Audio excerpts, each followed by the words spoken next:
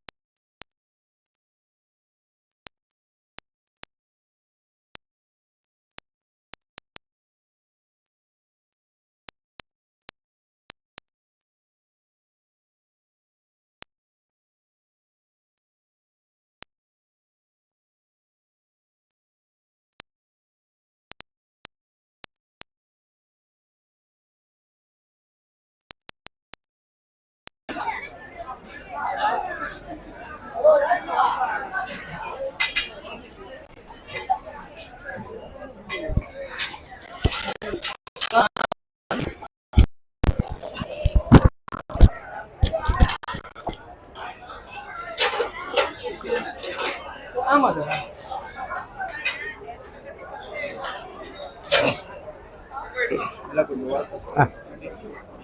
வணக்கம், என் பேர் இட்லி இனியவன். சென்னை எக்மோர்ல இருக்கக்கூடிய காவல்துறை அருங்காட்சியகத்துல ஆண்டுதோறும் உணவு திருவிழா வழக்கமா நடைபெறும். ஒவ்வொரு ஆண்டும் நாங்க பல்வேறு வகையான இட்லியை செய்து காட்சிப்படுத்தி விற்பனைப்படுத்திட்டு இருப்போம். இந்த ஆண்டு கூடுதலா தமிழக முதல்வர் ஜோசப் விஜய் அவருடைய உருவம் 52 கிலோ எடையுள்ள இட்லியை செய்து, அதே மாதிரி சென்னை மாநகர காவல்துறை ஆணையர் அமல்ராஜ் சார் அவருடைய உருவத்தையும் இட்லியிலேயே செய்து காட்சிப்படுத்தி இருந்தோம். இந்த இட்லியில வந்து பாத்தீங்கன்னா பல்வேறு தானியங்களை எல்லாம் போட்டு இந்த இட்லியை செஞ்சு காட்சிப்படுத்துறோம். ஏராளமான பொதுமக்கள் வந்தா பார்த்துட்டு ரொம்ப இட்லியில இந்த மாதிரி எல்லாம் செய்ய முடியுமா, அப்படி இட்லிங்கிறது ஒரு அற்புதமான உணவு. தாய்ப்பாலுக்கு அடுத்தபடியே ஒரு குழந்தைக்கு கொடுக்கப்பட்ட உணவா இருந்தது இட்லி தான்.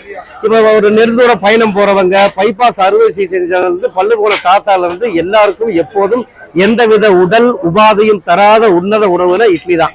அந்த உன்னதமான உணவு இட்லிய நிறைய பக்கம் கொண்டு போய் சேர்க்கணும். இப்ப சர்க்கரை நோயில் பாதிக்கப்பட்டவர்களுக்கு சிறுதானியங்கள் முளைகட்டிய வச்சு பயிராக்கி அது பாதி போட்டு இந்த மாதிரிலாம் செஞ்சு கொடுக்கும் போது ஆரோக்கியமா இருப்பாங்க அப்படின்றத விழிப்புணர்வு ஏற்படுத்துறதுக்காக தொடர்ந்து இட்லியில இது மாதிரியான ஒரு முன்னெடுப்புகளை நாங்க செஞ்சிட்டு இருக்கோம். என் பேர் இட்லி இனியவன், தமிழ்நாடு சமையல் கலை தொழிலாளர் முன்னேற்ற சங்கத்துடைய மாநில பொதுச் செயலாளர். சரியா வந்துச்சா? சரியா சொன்னாமா?